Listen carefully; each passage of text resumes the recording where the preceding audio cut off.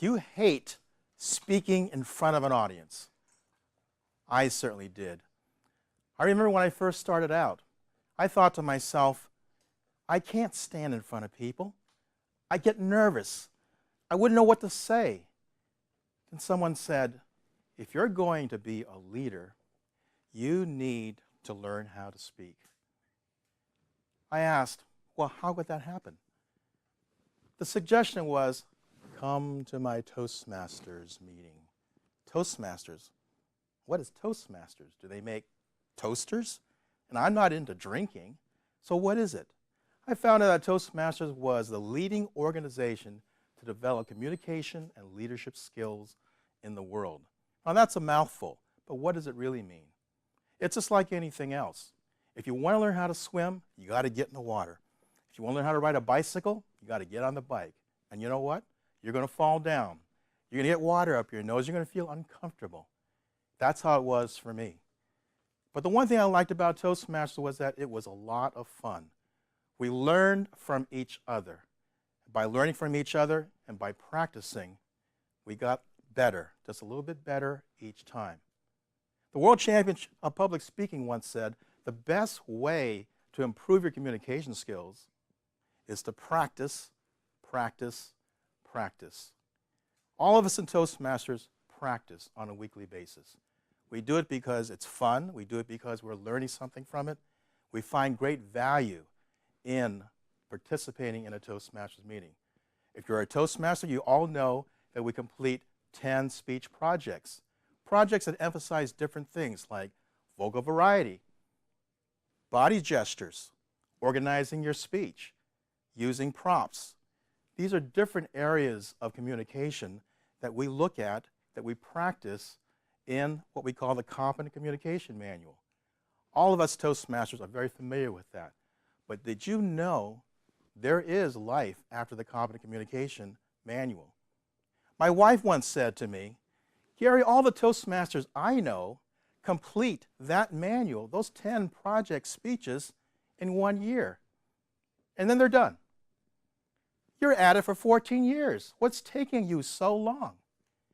Fellow Toastmasters, it's not just about completing 10 speech projects. It's about having fun and improving yourself each time you get up in front of an audience. And you can do that in other areas as well.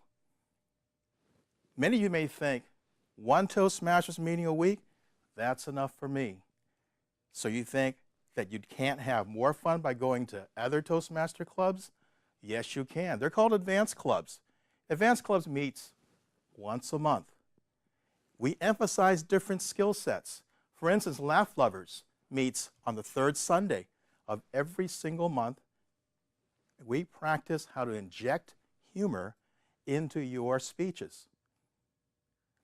Tales and Tellers, which meets on the first Saturday of each month, emphasize how to tell a story better. Then we have the Speakers Forum, how to present technical presentations in front of an audience, in front of a business group. And then we have the Leadership Club that trains you on how to be a better leader and how to train other leaders. Each of these different clubs emphasize different areas of communication. Fellow Toastmasters, you may think that going to a Toastmasters meeting may be a burden, but on the other hand, you should think of it as an opportunity to get better, to learn, to emphasize different areas.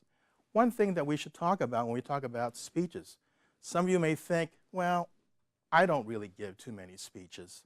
In fact, I don't give any speeches at all. Consider this. If you are talking to someone other than yourself, you are communicating. You are giving a speech. And it's not really a speech. It is a message. You want your message to be able to resonate, to be attractive to your listener. Attractive so that when that listener hears your message, he or she can take that message and do something with it. Whether it reaffirms what that person already believes, whether it's taking that message and taking action on it, or speaking about it in some way. Anyone can talk. Anyone can stand up here and make noise, but a speaker can craft a message and make it resonate with the listener so that listener can go out and do great things. fellow Toastmasters, I encourage all of you, don't just stay in your clubs. Go outside. Go outside and look at other different areas.